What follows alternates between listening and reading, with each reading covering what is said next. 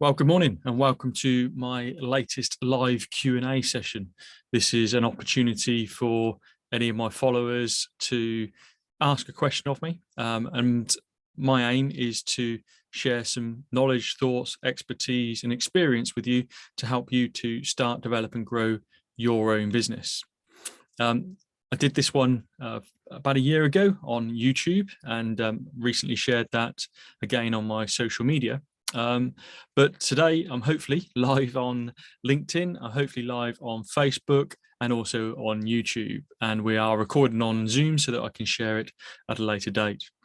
So as always with these Q&As, then please do drop a message into the comments box that if you wanted to ask a question specifically, or do feel free to either drop me a message on my social media. I've got someone here just basically helping me out with some of the admin again today from that side of it.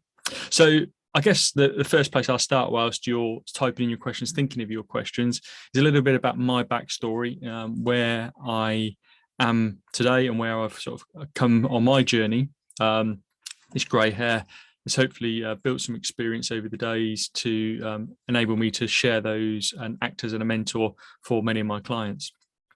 So I left school without going on to further education. I was actually working for Barclays Bank 2 weeks before my 16th birthday. Quite early on, my careers advisor told me I should go into banking because I was good on numbers. But quite early on, I was lucky enough to get into the business banking side of Barclays and worked my way through from being a business manager to be the area manager for Barclays startup business in Oxfordshire.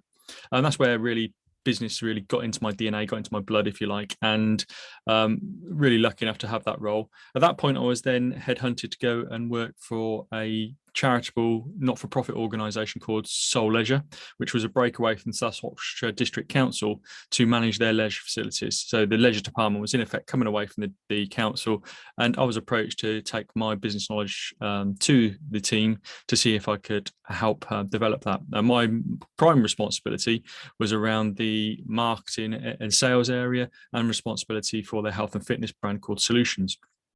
After a period of time in leisure, and I also managed Didcot Wave, Didcot Leisure Centre, I then started my own businesses. I've had 6 of my own business. I franchised one, sold 2 of them, sold my interest in a third one. They were a bookkeeping and management accounts business, a training company, a marketing business, a health and safety consultancy, a membership organisation and an indoor soft play centre. Now, many people say there's no commonality to that, but my skill, I guess, is seeing the business model, seeing the strategy and then getting good people around me, whether that's my internal team or my external advisors to help me build and develop those businesses. And like I say, lucky enough that I was able to franchise one and sell 2 of those. So since 2013 now, I've been a mentor. The Entrepreneur's Mentor does what it says on the tin: mentor other entrepreneurs to start, develop and grow your business, which hopefully you know by now. And a couple of occasions I've taken that into employed roles. So I've taken that brand into a firm of accountants, for example, to act as their commercial director and help them change their sort of compliance offer into an advisory role. And then also went into the science and tech sector to work with businesses within an innovation centre, or innovation centres, to again help the ecosystem within Oxfordshire. But now over 2 years, I've been back running my own business as the Entrepreneur's Mentor, supporting other businesses. So why do I position myself as a mentor? I guess that was a question that was asked previously, and I'll cover that now. Is that I believe that there's 3 ways I could potentially offer support to you. I could be a consultant, where I come in and do it all for you and take the hassle away from you. I could be a coach, whereby I come in and ask you all those great questions about how would you do it, what do you think you should do, etc. Those sort of open and probing questions. But I like to position myself as a mentor in the middle there. So I do help my clients from time to time, if you like, from the consultancy side of things. But I will coach my clients in terms of helping my clients get the best from within. But sometimes I find, from my own experience and when I did my research about do I position myself as a mentor, is people found coaching a little bit frustrating because sometimes they've hired the coach because they don't know the answer to that question: how would you do it? What do you think you should do? So as a mentor, what I then do is engage my support by offering case studies, examples, devil advocate experience, if you like, just to basically spark or fuel that business owner's thought process to, again, keep driving the best from within. Because ultimately, you as business owners know your business. My role as the mentor is to coach and develop you and your business to get the business that your hard work deserves. So let's have a look at some of the questions then that may have come in. I've been prompted that there is one right now. And that question is, where should I be promoting my product or service? So how do I decide where to do that? Well, I think it would be easy for me to say, well, you need to have a strategic marketing plan. But what I find is that when I talk strategy with a lot of businesses, it's a phrase that not necessarily makes people glaze over, something that feel that they want to avoid because it seems a bit fluffy, if you like. And why I work with a lot of businesses on one-page plans is to try and establish that one-page, real high-power activities, those things that you need to focus on without distraction. So you could promote your business anywhere, couldn't you? And, I suggest that you think about your marketing activity being much more effective and resourceful, because we've all got limited resources in terms of time and money for our marketing. So how are we going to maximize that? And I think, a marketing strategy is part of that. But first of all, think about, do you know your market? How well do you actually know your marketplace? Quite often, businesses are set up by good technicians that want to do business in a different way or a better way than they've perhaps been employed or seen others to do that. But how much do we know the market? Have we explored the market opportunities? Is there niches within our market that we can specifically focus on? And then I guess it's looking about, well, what's your vision? What's your strategy or vision that you're trying to aim for with your marketing? So, is it about driving a customer to you that is a one-off purchase, or is it building relationships so that you have continued purchases from that customer? And then looking at your ideal customer, can you visualize, can you build the profile and the persona of your ideal customer? What do they look like? A, as a business, and B, as an individual buyer within that business. Who's your, the prime buyer? Is it the CFO? Is it the COO? Is it the CEO? Or is it another person within that business? How can you profile that person? Because if you can profile the businesses that you're aiming for, I believe that you can then take the analogy of, okay, let's take a rifle out and target those people with our limited resources rather than firing the shotgun. But also, if we can then build the persona of, okay, we understand a little bit more about the COO role or the CFO role within that type of business, then we can really narrow down and speak with relevance to our market, because we know their pain, problem, fear, want, need, or desire. And it's about how you position yourself in that marketplace and how you plan to take your proposition to the market. And that's really around your tactics, establishing what are the right tactics and methods that you can use in your marketing plan that draws and pulls people towards you with interest. And one of my favorite books is a book called Traction. There are a couple of books called Traction. This is a blue book called Traction. And it talks about 19 different ways you can build traction towards your business.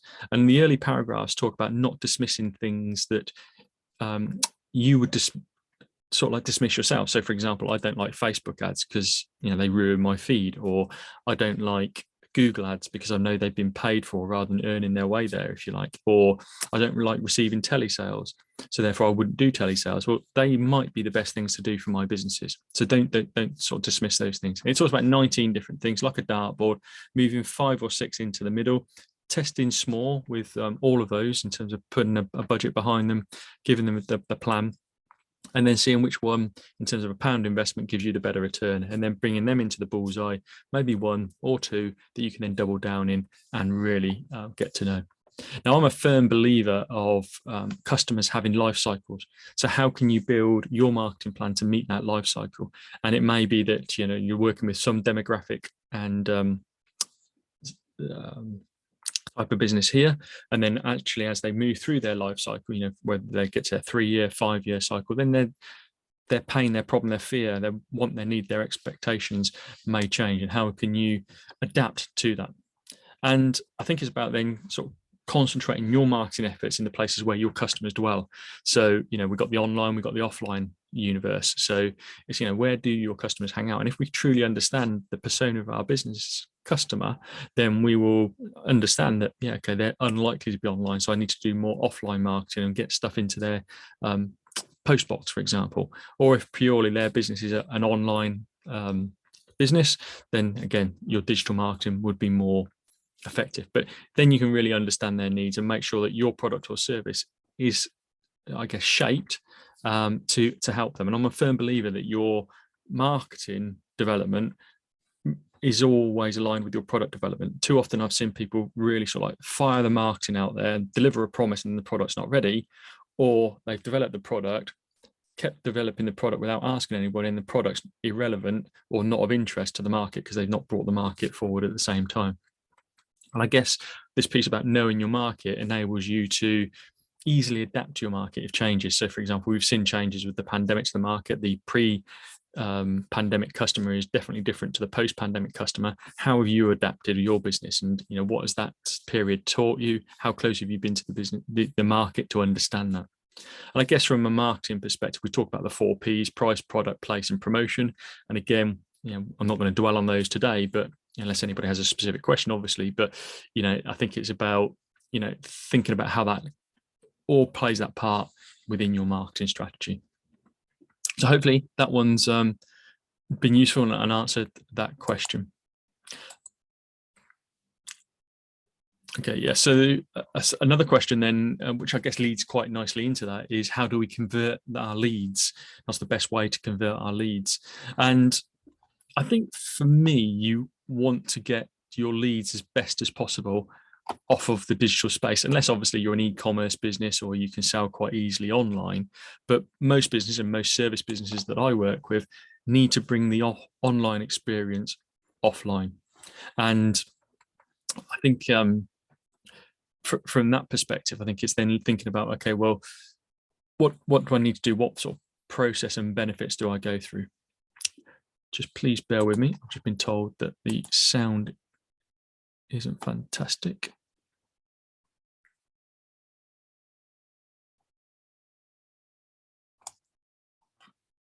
Okay, hopefully that's a little bit better. Yeah, I'm getting an indication that the sound is better now. So apologies, you were struggling to hear that question. So just going back to this question then, in terms of the best ways to convert your leads, I was just saying is that try and get your conversations offline as quickly as possible. Sometimes I say that our websites can say too much, and therefore we don't have the call to action to get the conversation offline. Our website tells our prospect too much, and therefore enables them to pre-qualify themselves rather than have the conversation with you. I then think you can then look at your benefits. So, understanding what your sales process really is and making sure your sales process matches the customer journey. So what's the customer journey going through with you? Right, they're going through the awareness stage, the consideration stage, and then the purchase and onboarding. But what does that look like from your perspective? And, is it going to be matched and aligned? But also, once you understand the pain, problem, fear, want, need, or desire that I was just talking about in the marketing perspective, how can you explain or easily explain the benefits of your product or service so that it matches, so that you demonstrate that you have a solution for that prospect? Then I think it's about good planning and focusing on who that decision maker is likely to be with you, why that they're going to be leaning towards your benefits, and what would enable them to buy easily. So how would they buy from you? For example, would it be a cash purchase? Would it be an order? Would the order be online, or would it be by purchase order, for example? And I think it's importantly about making sure that you're listening first and asking good questions while showing empathy to your prospect. So, far too often I see salespeople, in effect, already assuming what the questions are going to be and playing that into the conversation rather than listening to what the prospect is trying to say, empathizing with them, and then responding with relevant information. And I encourage you right from day one to expect and even welcome objections that you're going to get from your customer. So, it may be that in past you've sort of received an objection that sort of thrown you a little bit, and you had to come away from the conversation and not really been able to pick up the momentum or the level of interest that you received at that point. I believe if you're expecting objections and you're even planning for those objections, then you'll look confident in your business. You'll look that your product or service well, but also you'll react, because quite often an objection can be a buying signal. So I say that there's likely to be a handful of objections that any business is likely to receive for a product or service that they're selling. And over time, you'll understand those that are relevant to your business. And can you think about the ideal response that you'd have to each of those 5 questions, for example? If they're the 5 most common questions you're likely to get in an objection perspective, then what would your response be? So that if one of those 5 questions come up, you can just come back really quickly with a response. And one of the key things that's often missed in terms of lead conversion is actually asking for the business. Quite often we do the sales process, but we just don't want to ask for the business. We fear the rejection, so we don't necessarily ask. And the sales process that I personally recommend is across 6 key areas. So first of all, about introducing yourself and positioning your product or service. Capture the interest with your prospect by opening with some benefits, and then establish the need that prospect really does have. What's their key pain, problem, or fear, want, need, or desire, and asking good questions, probing questions, and even making assumptions with short yes or no responses, so that you can actually narrow down and bring that sort of funnel down, if you like. And then at that point, you're able to then reconfirm back to your prospect what their need is, with a clear recognition actually of what your prospect is actually saying themselves. And that enables you then to meet the need and then summarize what your product or service is offering and what the benefits are for that customer, what the solution is. And then that 6th area, don't be afraid to close the deal and ask for the business. So I hope that's been useful for you on that perspective. Okay, let's just see if there's any more questions in the comments. Can't see any comments. Have you got any on social media? Okay, well, I think whilst there's any other questions coming in, what I'll do is I'll tell you a little bit of my backstory in terms of, build on my backstory earlier, sorry, I won't repeat that, but why I do what it is that I love, which is mentoring. And, I think, I explained earlier about why I had so many different businesses, but at one time I had 4 different businesses, and that was the reason, because I love diversity in my life. I love, every single week being something slightly different. And when I had those 4 different businesses, I was able to drop in to relevant different businesses, fee earn in some of the businesses or support my team in others. But it just broke up my week, and mentoring fits that diversity for me, because every single day I have a different client with a different goal, different objective, different challenge, different thing that they need to get over, if you like, and that fuels my energy and my interest.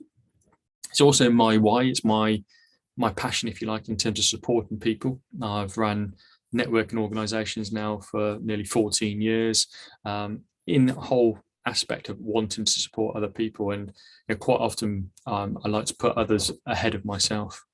And I think the thing that's sort of spurred me into mentoring is that when I sold my businesses and was just trying to sort of establish what I wanted to do next after 2013, I was told by a couple of people that I had that valuable knowledge, I had that experience that I could potentially share and help other business owners. And again, another reason, I guess, is positioning myself as a mentor, is that I didn't want to be sort of badged in the usual sort of coach position where people have worked in corporate world and they've then either been made redundant or taken a package to then buy into a franchise or something like that. From that side, I wanted to actually share my actual knowledge, my actual experience of working in my own businesses and mentoring and coaching many more, either in my own business or in the accountancy businesses or the science and tech businesses that I mentioned earlier.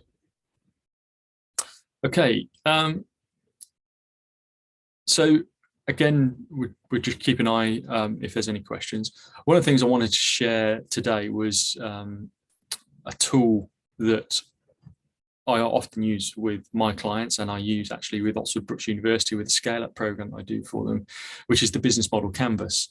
Now, I was going to basically respond with this if any questions come up, but if I was to tell you a little bit more about the business model canvas. Business model canvas is a one-page document with 9 boxes, 9 sections, if you like. The right-hand side talks all about the attraction of the customer, and then is underpinned at the bottom with income. And the left-hand side talks about the delivery of your promise, and is underpinned by the costs. Now, the middle box is all about your value proposition. What is your value that you're taking to market? And what's unique about you? What's your differentiator that creates that value?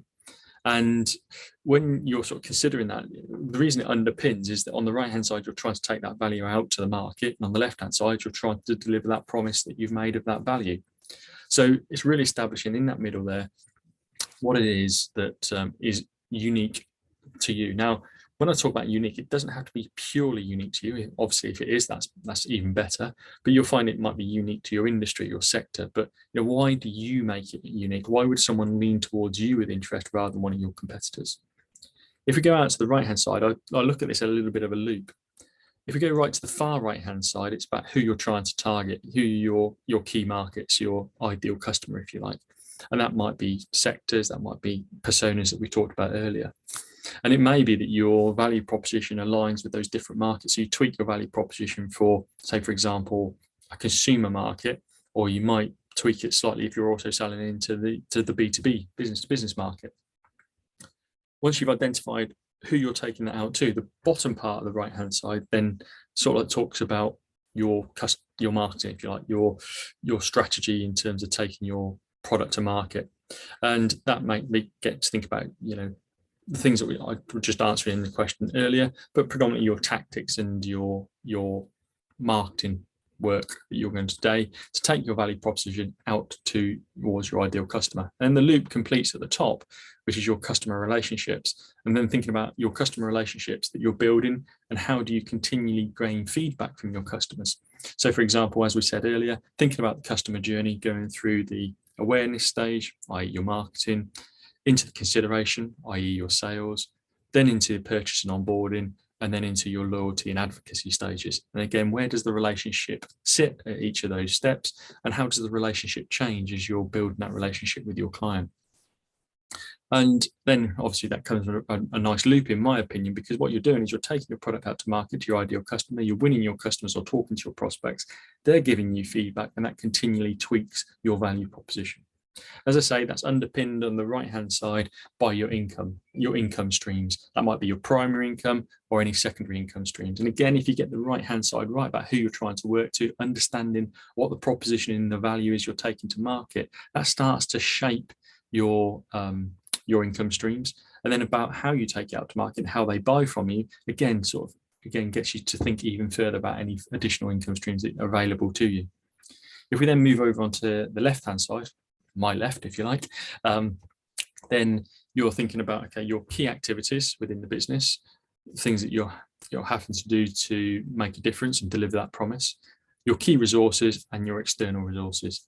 Differentiation between internal and external is that internal is predominantly things around your like your PAYE, but also things such as maybe your assets, such as your cash, it may be your IT, your hardware, your software, your systems, your processes, your IP, for example. What is it that is, again, unique to you, can't necessarily easily be copied? And then the far left-hand box is your external resources.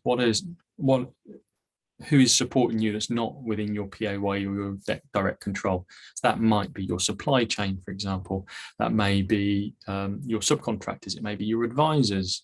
So again, who's also contributing? Because they're all your stakeholders. It could be your board, for example, but it could be all these stakeholders that are contributing to you to deliver your promise. And the reason why I think that's quite important to consider is that, we think about aligning our employees with the message that, our vision, our goal, our objectives, but it's really important, I think, that you engage your external resources so that they're on the same hymn sheet as you.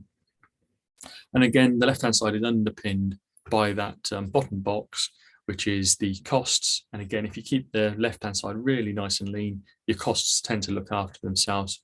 And you can see that there's no coincidence in my mind that the actual line between income and costs at the bottom there is a line right in the middle with the value proposition. And therefore, that should be your profit in return for the value proposition that your business takes to market. That's just an overview of Business Model Canvas. There's loads of stuff on the Business Model Canvas on my website in the free resources, on my videos, on YouTube.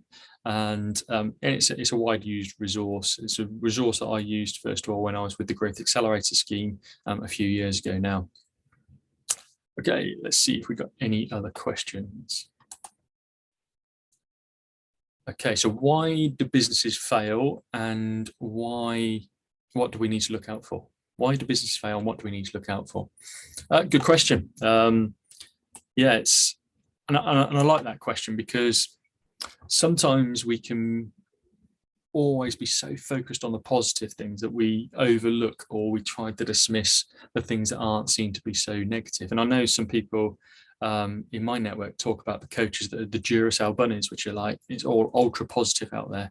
And again, I guess that's where I try to bring some sort of real shape to the support that I offer the clients, in terms of, sharing some of the experiences I've been through, some of the mistakes that I've made, some of the mistakes I've seen, also that my clients can avoid those. So what are sort of like the common pitfalls that I see? Well, first of all, I think it's around not having enough capital. We talk about cash being king, whether that's capital at the outset to enable you to make the investments in the assets that you need for your business, whether that's hard assets, or whether that's assets such as the right people and getting good people around you. And I think you should forecast for your requirements are, and make sure you've got that capital behind you at that point in time. And then it's about making sure that your capital and your working capital is supported by your cash flow, so that you are bringing in the cash as quickly as you're bringing in the business. Because again, cash being king, you don't want your business to dry of that cash. Sometimes it can be about growing too fast, and that has an impact on that cash fund, if you like. It may be that your customers don't pay you as quickly. Young businesses are a bit fearful of chasing their money because they think it might impact on future business. My mentor himself always says that a good customer is only one that pays. But also thinking about your that growth speed is, you need to plan those growth steps. And again, coming back to some forecasting and thinking about, okay, what's that growth going to look like? What impact is that going to make on my working capital? One of the successes of business is hiring the right people. So therefore, I guess one of the common pitfalls is hiring the wrong people. And I think it's important to have good people around you, perhaps people that are better than you. And again, sometimes I see businesses persisting with the wrong people. So I encourage you to identify and take action as soon as possible on those sort of things. Reliance on the number one is a big one. I think we probably see businesses that either have too few customers and they're over reliant on one large customer. And again, we've seen that in the pandemic, where that large customer has either fallen over or had their own struggles, and therefore the businesses that serve them have struggled. Or you might be reliant on one supplier. And again, these things have been brought to light with the pandemic, whereby you might be reliant on one overseas supplier, for example, and that supplier now can't get to you, whether that's through transportation and logistics, or again, their own sort of supply chain issue. And again, coming back to sort of the numbers, I think there's an element where businesses price too low. They get known for being cheap and cheerful. They probably think they need to buy themselves into the market, and then find it difficult to increase the prices.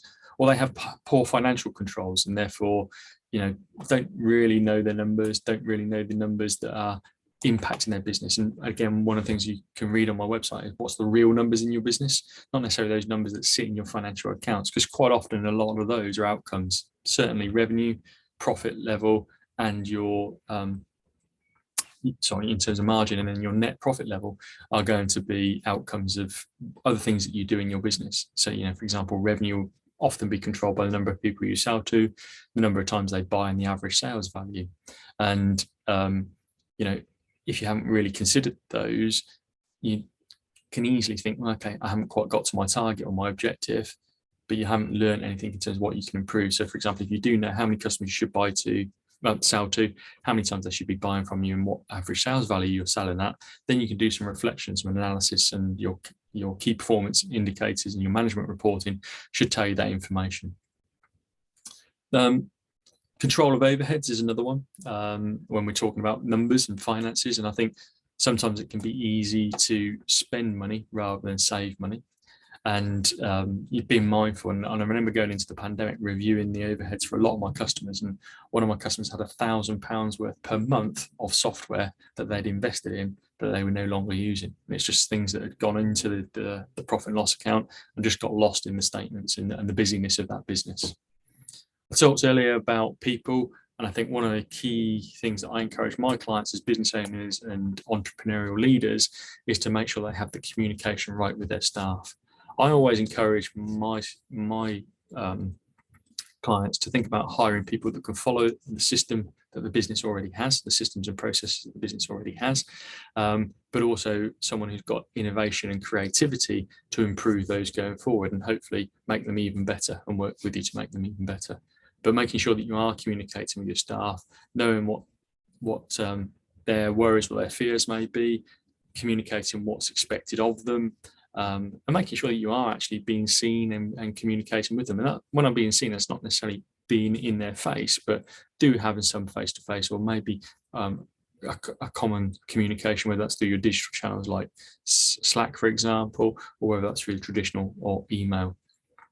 And I think this just enables you to think about your whole management style, your supervision style, and again, not being necessarily micromanagers and trust. And this is where the whole conversation of the 4-day week, unlimited holidays, and all this sort of stuff starts to come in. When we talk about communication, don't forget that communication also with those external to your business. So your customers, for example, making sure that you're continually meeting their expectations and you're communicating with them to find out any issues, or any communication also with your suppliers external to your business, again, to have heads up on things like any cash flow or supply issues that may be coming, and never put your head in the sand of any issues that you may be facing. So that's just some thoughts off the top of my head in terms of things that may give you some challenges. Okay. Yeah, so someone's made reference to 7 steps that I use. So could I sort of like give a bit of an overview of those? Well, yeah, so the 7 steps are predominantly for improving revenue and profitability growth within your business. And the first one is predominantly around your marketing, which is improving the number of leads that you generate. Can you develop that marketing a little bit like we were talking about earlier, just to bring more numbers of leads into your business, ideally more qualified and leads from your ideal customers. The second point, which you can't really do without the first one, is to convert more of those customers. So you may have a conversion rate of X now, and it's important, I think, to know what your conversion rate is now so you can make that improvement. But how can you convert more of your customers? The third stage is, can you sell more to your client at that point of sale? That first point of sale with them, when they're in buying mode, can you sell more to them? So that may be, can you make some packaging, for example, or can you make some cross-sell ability to sell more to them? Fourth step is, can you improve the average sale value? So that might be considering about your pricing. Again, that might be coming back down to some packaging that you're doing. But again, can you increase the average sale value? Then we're thinking about, can we improve the margin of our delivery? So again, this moves more down to the profitability of that deal now. So can we improve our profitability? What's stifling our profitability of this job? Is it the amount of time it takes us to deliver? Is it some build cost that we have to do if it's a product, for example? How can we improve our margin, and consider what improvements need to be made to make more margin on our product or our service? The 6th area is about, then in a later period, can we encourage our customer to buy more often from us? So again, thinking about that customer journey, they've now made that purchase. How do we build that loyalty and advocacy with our customers so that they buy more often from us in the future? And the 7th area, or 7th step, if you like, is to retain our customers for longer. and improve the lifetime value of our customer. So if the lifetime value of our customer, if they're making purchases each year of, say, £10,000, the longer we keep, then obviously our lifetime value increases. And what I encourage you to think about is to write those 7 things down. And again, you can get a download off my website of this, but you can have the 7 areas. In the first column, write down what you're actually doing now, and then seeing what profit that's giving you. And then write on the right-hand side what growth you want to see in each of those areas. And you will see that, for example, if you put 5 or 10% on each line, then you can see the cumulative effect of that, a little bit like cumulative interest, being much greater than a 5 or 10% increase of your revenue. And when you then considered, okay, well, I want to do a 5% increase or a 2% or a 10% increase on each of one of those lines, and therefore I can see the impact that that makes, then the third box is, okay, what do I need to do to implement that change to get that percentage improvement, either in the number of leads we generate, the conversion, the number of sales, the average sales value, the number of times they buy from us, how I retain them for longer, etc., etc. And you'll be, I think, quite surprised and pleasantly surprised about the changes that can make on your bottom line by making those changes in those 7 areas. And I've not seen a business that can make some significant change in their profit areas. And it keeps business really simple. Business is simple, but it's not easy. But sometimes something like this model can really simplify your mindset and your thoughts, because you're going to go, I've got 7 areas. How do I improve each of those areas? And ultimately, if you can consistently generate more leads, then you get more opportunities in the rest of the area. I always say that if you don't focus on number 1 and you don't bring customers in, then you can't really do the other 6 areas as effectively and efficiently as you'd like to. Okay.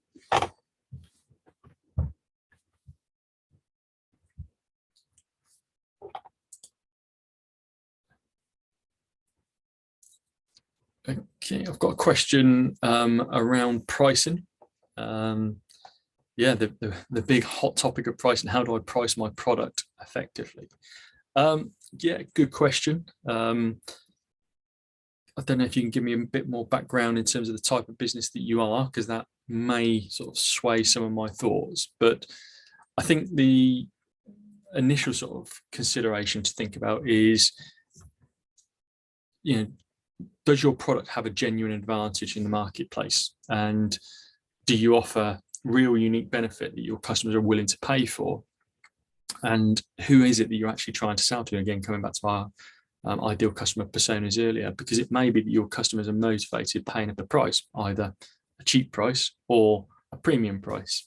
And I think is ultimately thinking, and then again, in terms of how do you add value? And I predominantly work with service businesses, and it may be that they charge an hourly rate, and that's often calculated as a minimum price for the number of hours that they want to work for the hours that they can earn a fee. So, if, for example, you say, okay, well, we've got 52 weeks of the year.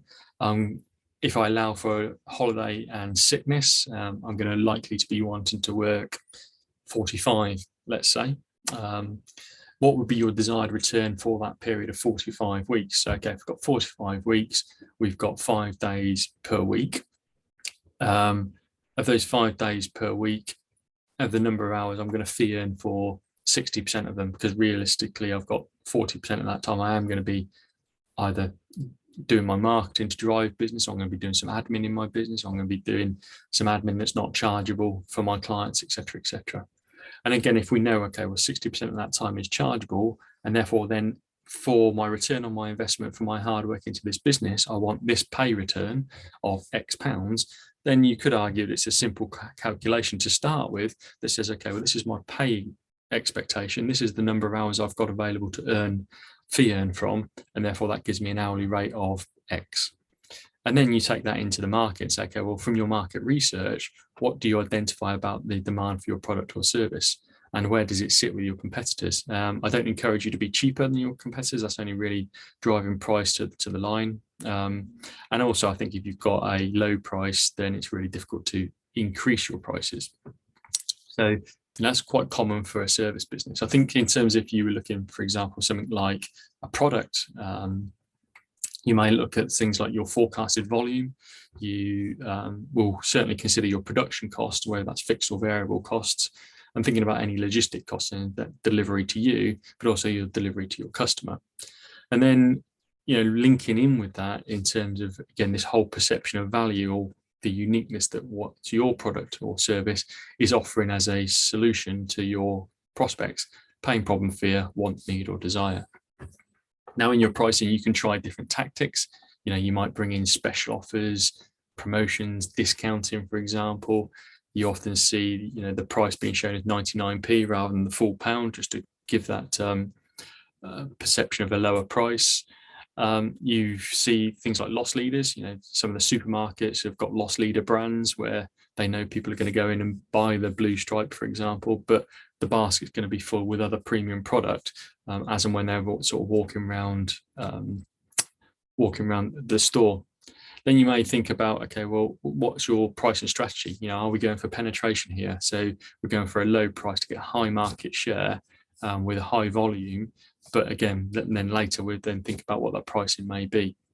And I think, when you're thinking about things like this, you think about, okay, well, ultimately, what are my customers prepared to pay? And I certainly always think, well, if I was to put myself in the shoes of my customer, what would I be prepared to pay? What would I perceive to be the value to be for? And then you're considering the impact in terms of what the volume is, what your profit per sale is, and how that's going to impact on the business.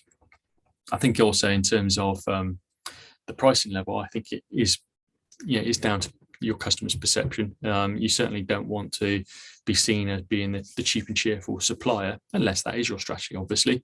But again, you're going to attract a certain type of customer if they are only price driven for that side. I'm not quite sure how the long-term OT model would be if you were attracting somebody on price from that perspective. I hope that's sort of given some thought on pricing from that side.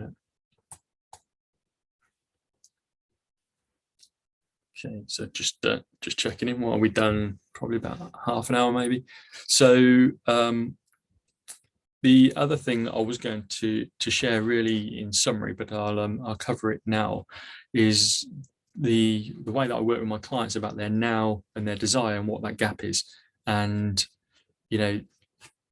I think it's really important for businesses to be honest where they are now. And once we've established where they are now, in terms of that might be physically is the facts within the business, but that might be around emotions as well and challenges that the business faces and where they want to be. And first of all, we set that as a long-term vision. That might be a 3, 5, 10-year vision.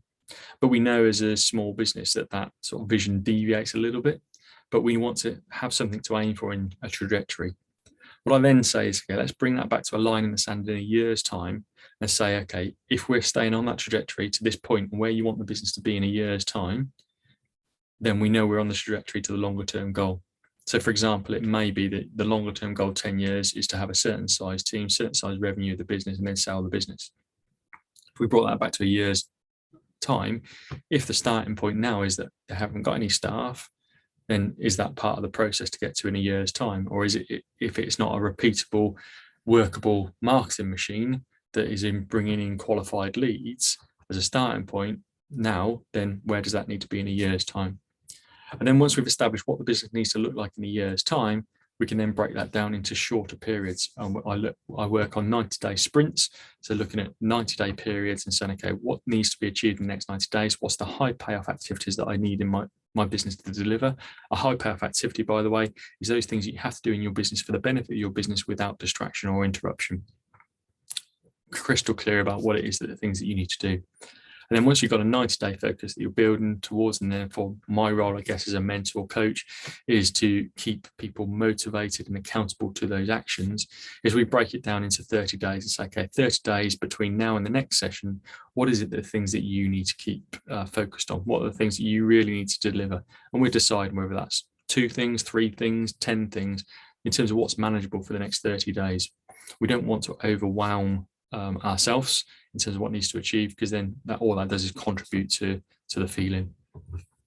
So that's, again, just some thoughts about how I work, but hopefully that's helpful in helping you to think about, okay, what is that that gap that you have now between your now and desire, and how can you sort of break that down into smaller chunks, smaller steps, if you like, to work towards that. And I work with businesses that want change. They want to make what I call a step change, because quite often if you're here now and you want to be here as a desirable, that is a step change that you have to make. It's not some small step, because if it was an easy step to make, you'd probably have made it already. So again, what's that step change that you've got to make for your business, and how do you break that down to smaller steps? And it's quite often my role, I guess, with some businesses is to slow the game down a little bit. How do we slow the game down, make those smaller, more considered steps, but actually seeing the actions? Now, I get that some people like me go in a nice little planned route, because I love my planning, and I love maximizing my time. And I get other people will get there and they'll go all over the place, but they will still get there. This again, it's about finding the balance for each of my clients, and everything that I do for my clients is totally bespoke. Okay, you got another client? Okay. Okay, yeah. So the question that's come in is about systems and processes. How do I create systems and processes for my business? I think this client that's asked this question is specifically knows that I have a love and interest for creating systems and processes. Again, what I tend to find in practice is how it's actually done is very unique and specific to the business. But it's about how you sort of consider what systems and processes you need to put in place, which ones are your priorities. Now, for me, it all got driven a number of years ago now, probably a number of years ago, when I read The E-Myth by Michael Gerber, where Michael Gerber, the author of The E-Myth, talks about small businesses don't work, it's the people who own them that do. It's certainly, one of my recommended reading. You can see it up on the shelf, actually, there from that side. And I'm an advocate of systems and processes in your business. I think building good systems and processes, you're able to build the business more reliable, and hopefully you can build it more quickly independently of yourself and generate the actual income that you need without having to work every hard hour that's required, and have the business that those hard work deserves. So why do I think that a system or process is beneficial to your business? Well, I think it puts your team in charge. It frees up your time. It enables you to step back from the business and work on the business. And if you've got a system or process, coming back to what I said earlier about hiring people, if you've got a system or process, this is the way we do things around here. This is the proven way that we do things. So let's not deviate from here to start with. But actually, if you bring people in who can test that and bring in new ideas with innovation and creativity, ultimately you can continually make continual improvement in your business. Any business that thinks they've done their systems and processes is a little bit like the ISO standards. Oh, I've done it, so I've ticked the box and that's job done. They're kidding themselves, because your systems and processes are quickly going to become out of date, or they're going to need some improvement in some way. It does bring consistency to your business. So this is like the way that we do things. It's the way that we do things well in the business here. And that can start really with the business owner, by the business owner saying, okay, from my experience of running my own business and starting my own business, and the reason why I started, this is the way I do things, is documenting that. So if the next salesperson comes in and they're helping with the sales, they can take that away. If it's the delivery of the operational excellence, then they can take that away from the business owner and freeing that business owner's time up. And then, like I say, continually improve that. One of the things I often encourage my clients to do is to think about how you build your systems and processes. And it's not necessarily on you as the business owner to do that. Now, you may be a person to be involved in that, but it may be that you're using a system or process dictation as part of your onboarding process to a new employee. And then that new employee writes up what you've advised them and what you've told them. And that gives you two things. A, it gives you your written system or process, but also B, it gives you a document to check their understanding about how you've communicated that to them. I think also it enables you, systems and processes enable you to replicate and grow much easier and much quicker. It can minimize your costs in your business and certainly streamline your business as well. I think also with systems and processes, it helps with your induction of your people, so that you have that structure that they can follow. There is a period of time whenever, in reality, when you employ somebody, you can't give them 24/7 attention of your time. So you need them to take some time out to read and reflect on a system or process that you have. And I think, one of the things you would read in the E-Myth is that it increases the value of your business, because ultimately, as it say, it makes that business less reliant on yourself. So there's sort of six key areas that I think about and talk to my clients about when creating systems in your businesses. First of all, is to create the systems. To create systems is to list the systems. So the E-Myth talks about 7 sort of key areas that you may build systems in your business, and that might be leadership, operational, marketing, customers, people, finance, administration. And it talks about customer acquisition, customer conversion, for example, finances. But you could list all of those, but it's then about prioritizing those. And first of all, you would then, I guess, in my opinion, classify those systems. So is it a core system or is it a support system? And then I would always obviously start with my core systems so that they underpin the business. And then map out each of those systems. How does the processes work to deliver the promise or to deliver the delivery of that product, for example? And how would that flow? And what's happening now? What has to change? What impact and improvements could you make in that business? And then once you've got it all mapped out, I guess you're analysing each of those systems, saying, okay, is that as efficient as it could be? Is there any waste in there? What's the impact if we tweak this or change this or take this out? Or if we add that through, is there an impact on cost? Is there an impact on efficiency and on the delivery? Is there ultimately an impact on the end user, whether that's a member of staff or the impact it has on your customer? And then once you've sort of like mapped that out and you feel comfortable with your system process, you can then start to document that, documenting out, allocating responsibility. Those documentations may be checklists, they may be tick lists, they may be written instructions, they may be videos, different ways that you can build out and document each of your systems from there. And then it's really about the 6th step is really going about implementation and about implementing those steps and saying, okay, well, let's get these delivered, because again, don't wait for your system or process to be perfect. If you start to implement today, then you will see an impact. You'll make a difference in terms of the way things, but then you can start to see where the improvements could be made. And I think with the system, it's about starting with your end in mind. So I always talk about working backwards. So what is it we're trying to achieve here? What's the how's that sort of systems process going to be made, and then what input do we need? So an example I would use in my accounts business that I had was, okay, well, the end result was customer satisfaction and them receiving a set of accounts that they could use and work with and meet their compliance requirements, and whether that's a VAT return or whatever that may be, or their annual accounts. Okay, so let's work that back. What's the process that delivers that? And then once we know the process and what we have to do, what do we need from the customer to make that process work as effectively and efficiently as possible right first time? So from our customer, we then gave them a checklist that if they gave us this checklist, we would then start the work, we'd be able to deliver the work, we'd meet the expectation at the end. Like I say, it's really important, I think, to then think about mapping out your processes, but making sure you're prioritizing. Again, sometimes I see businesses trying to do everything, their whole operations manual, their whole systems and processes at once. Actually break down, prioritize what's important. So for example, if you're bringing in a new salesperson, is it important to systemize your sales before you think about something else or another area of the business? Things that perhaps you want to let go of quicker as a business owner. And create those standard processes that I talked about earlier, different ways you could build those through, and also consider where you need, and I think this is important, where you need automation and where you need personal interaction. Quite often I see systems and processes purely automated and they fall down because there's no human interaction, no personalization from there. And again, for me, post-pandemic, I think the customer wants more personalization and interaction.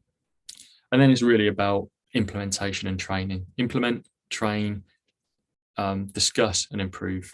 And that sort of reflection with your team, bringing in their innovation, their creativity can only help. Okay, well, I can't see any other questions on this moment in time. You got anything else? No, okay.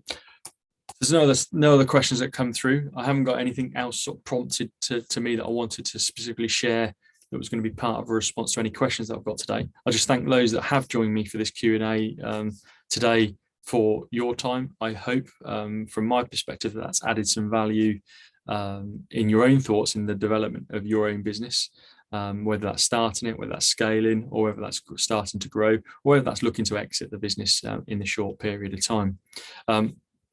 As the Entrepreneur's Mentor, I've got loads of resources on my website that's free to help you even further to develop your business. I've got an online business development program. I've got an online questionnaire, loads of tools that I hope are showing the ways that I can develop and support you. If I can help in any particular way, whether that's through one-to-one support or in any other way, then please drop me a line. Be delighted to have a conversation. But again, thanks for joining me, and thank you for your support today.